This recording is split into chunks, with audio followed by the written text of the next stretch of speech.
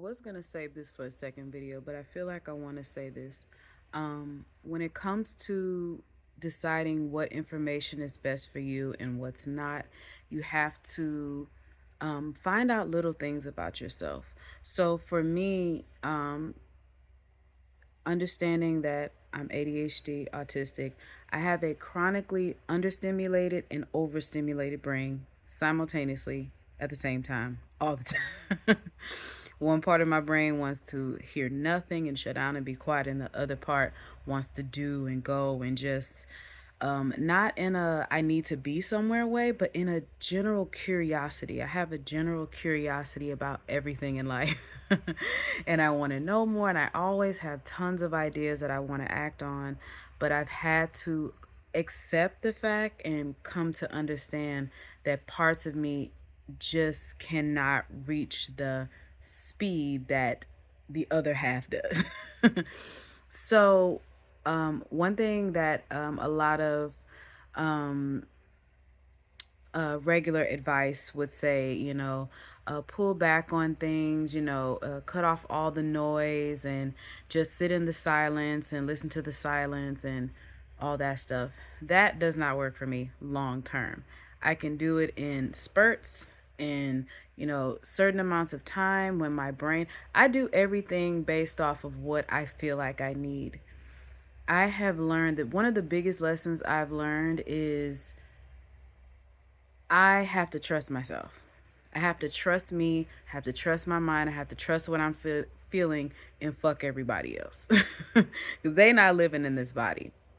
So for me, downtime can look like a few different things. Downtime could look like sleep, but downtime could also look like, for example, sometimes my ADHD brain is just going. It's like spinning from the day, from stress, from all these different things. And I love death metal. And so I'll turn on death metal. I have a playlist. It's so good. But I have a death metal playlist. We'll turn that on. It's hours long. And go to sleep. Full on fall asleep to death metal. Is that, I know that's not weird. I know somebody else has to do that too. But I will fall asleep because that part of my brain that needs the stimulation and needs the noise is getting what it needs. And because that part is getting what it needs, the other part of me that just can accept the death metal and love it also, it can allow that side to rest. So one half of my brain is being, I'm maybe like hypnotized by the music. Something about the beat and the screaming and all of that is kind of like good for my brain to just like, and the other half is like, oh, good, she's occupied. It's just like kind of like when if you're a parent and you want to get some time to yourself and you need your kids to shut up because you just need to rest, give them a tablet or a book or something to entertain them so you can go rest. That's kind of what it's like for me. And then there are moments where they're totally battling it out. It's like not a balance at all. And I just have to find ways to pull in little moments. So, like right now, I'm definitely needing more stimulation. I'm going to go work out in a little bit. But that does something for my body, but it doesn't really, sometimes it does stuff for my brain, but it doesn't do much for my brain. My brain is still spinning. So I just been playing like little random games on my tablet, and I'll be listening to a YouTube video. And for me, in this moment, that's winding down. Doing those two things at once is winding down. And then when it becomes too much, I'll just start to slowly dial it back. And maybe I'll listen to some more like experimental lo-fi type music. I love this artist called, she has a crazy name, Salami Rose Joe Louise. She has amazing music. That can really dial back. So I'll still have the stimulation, but it's dialed back. It's not as intense as listening to a video. And if that becomes too much, then I'll just do the game, or then I'll just listen to the music, like one or the other. And then I can just slowly just dial back until I can just, okay, I feel like I just really don't want to hear anything or see anything at all. I can sit back and lay for maybe about 5 minutes and just let my brain just do its thing, calm down. Sometimes it can be so exhausted, it'll calm itself down automatically. But one of the things that I struggle with is I struggle with a lot of frustration, a lot of anger, a lot of rage. That's probably why I like the death metal. Not probably, that is why. Because it's a way to get things out. It's a way to express. So I can sit back and relax, but eventually my brain is gonna go on its tangent, and when it starts to dial up, I'm like, okay, now it's time to give myself a little stimulation. So you just, and none of this is perfect. These are not perfect methods. Not at all, but they keep me in a place where I'm not spiraling. And sometimes when I'm sitting in the silence too long, I'll start to spiral. And I can only deal with moments of that, little bits of that every once in a while. I can let my all the emotions that are coming up in like 5 minute intervals. Let if I feel it really emotional, like I'm getting close to my period, so I know that the overstimulation is gonna be on an uptick, like now, and I'm gonna want to. It's like everything becomes way more intense. So if I one part of my brain doesn't want any stimulation at all, it's gonna really fight for it. And the other part of my brain really, really wants stimulation and it's gonna fight for it. So I have to expect that. Another way that I kind of temper that is most of the time I'm like vegetarian, not vegan, I can't say I'm vegan, but mostly vegetarian. And sometimes I have bouts of meat. Meat is not great for my body in big quantities, but in small quantities, like I'm getting close to my period. So I know just a little beef is going to, it does something. I don't know what, I have a huge craving for red meat when I'm close to my period. Maybe it's the iron, whatever the minerals red meat have in it. I have that craving and I eat that, and then it's like something happens in my brain where the anxiety, I think it's maybe a dopamine response. I think it's maybe like a dopamine, explosion. Because one thing that ADHD brains lack is dopamine. So we're like, it's like abnormally low for a regular brain. So we're in constant need of it in some way, shape, or form. And so eating meat is kind of like a little bit of a dopamine release. Having junk is a dopamine release. And so I just do little things. Every day I'm learning something different about myself. I think the biggest thing that has helped me thus far is just coming to terms with things. Coming to terms with, this is where my brain is. This is who I am right now. It may change, it may not, but I can at least, if I can accept it, at the very least, I can acknowledge it. I can acknowledge that it's here. And just being able to acknowledge that it's here, even if I'm mad about it, sad about it, angry, oh, I wish it wasn't here, oh, I wish this and that, that's okay too. In one of my last videos, I did a talk about the real meaning of joy, or what is joy actually, because a mother was speaking to me what the true definition of joy is, and it's nothing to do with a emotional response. It is a full acceptance, or at least acknowledgement of what is, and being able to sit with that even if it's painful, especially when it's painful, and not judging yourself because you're in pain. I think that's the biggest thing, especially us as Black women deal with. Just, we like to have it all together because we have to, but that's not a proper way to live. And sometimes I find myself getting upset at the fact that I'm upset. So coming to terms with, I'm upset in this moment. I feel away in this moment, and just letting that be. Even if it's just for 5 minutes, 2 minutes, I can let that be. I can cry about it. I can feel emotional about it, and then go do something else. But you have to find what works for you.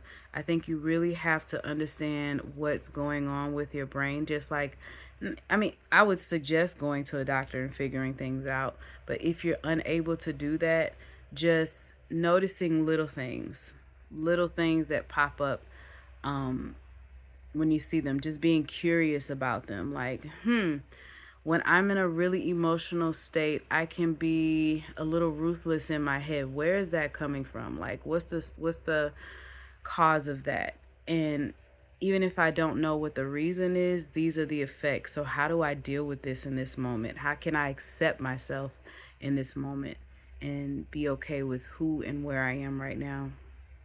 I think that's really important, just the acceptance part, more than understanding. Because when you can accept something or at least acknowledge it, then the understanding part, you can be more open to hearing about that and feeling it and seeing it versus running from it and denying it and pushing it back and pushing it down, making everything 10 times worse. So I'm a constant work in progress, always learning, always growing.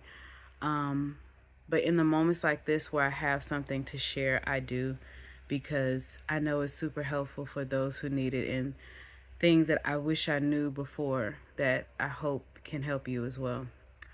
Um, I probably have more to say on this topic, but I think I'll just leave it at that. Um, I feel like you really have to be in a space where you just don't give a fuck anymore. I think that's where I am right now. What people say the world is, the truth is, what true knowledge or whatever, fuck that. The truth is whatever the fuck I say it is. It's like, this is the wisdom and this is the things, this is how this works. What the fuck ever. If I'm going to test out this theory, and if it proves not true, then it's not fucking true for me. Being in like the spiritual community, witchcraft community, there's a lot of rules and things that people put out there because that's what they believe or that's what they've heard. Things like the threefold rule and all of that. I don't believe none of that shit. You know why? I'm gonna tell you exactly why.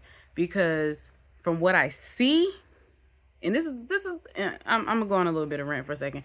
This is the thing that gets me about human nature, or at least the state of humans now.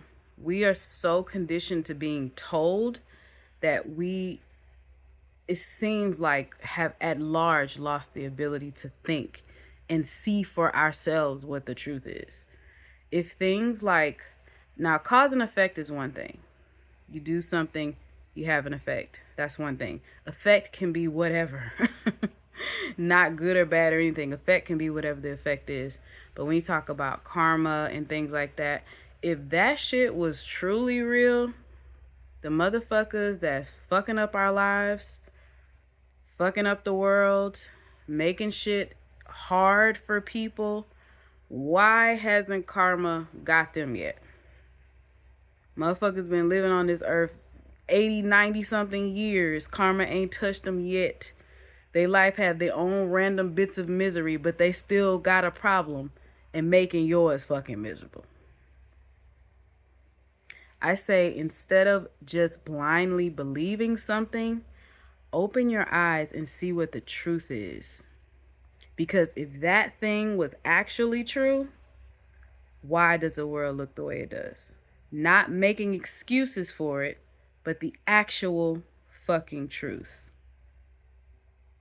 That part. And I refuse to be brainwashed anymore by people who don't fucking think. They have no original thoughts. Everything that they believe and do is based off what they are told and not what they know. Not what they know to be true. And I think it's very hard for people like that, because if you really open your eyes to what is actually happening and what is true, you will be devastated. Your life would be devastated because people don't know how to handle what's happening. So it's easier to disassociate with lies and belief systems, false belief systems that put them in a false state of security, but their lives are fucked up. Hoping and praying, oh, God is good and all this. My nigga, you ain't got two pennies to rub together. What the fuck are you talking about?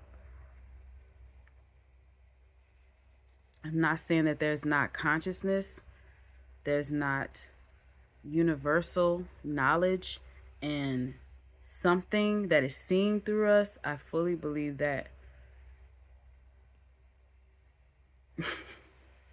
I'm sorry, I just thought about something. But the way we carry on about, especially black people, I feel like we have to put in this optimism, because if we didn't, we would be crying on the floor every fucking day. And I totally get that.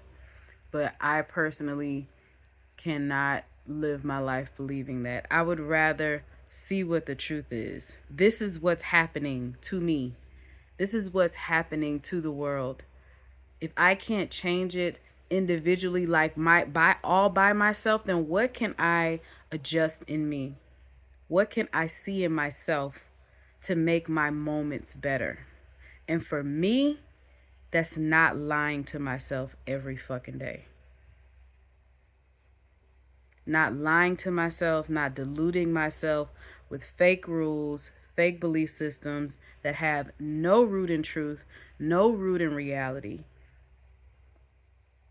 and does nothing for making me. I really feel like a part of what has caused some of the chaos in my life is old belief systems that had me in a state of believing something that didn't even make no fucking sense. So I'm throwing all of that shit out the window and opening my mind to see what's actually true here, but with my eyes, with my senses, with my mind, and with my heart for me. And I recommend that not just for your life, not just for your belief systems, but for your mental state, for your brain. Look at the patterns that you repeat every day. You don't have to change them right away. Just notice them, acknowledge them. Acknowledging them and seeing them is like seeing a child that has been screaming for attention every fucking day for your whole life. What happens when a child gets a little bit of attention and love? They just ease up bit by bit off the crazy. But anyway, ran over. I'm not going to hammer that. I'm just make this a second video. I was going to add this to the last video. This is going to be a part 2. All right, bye.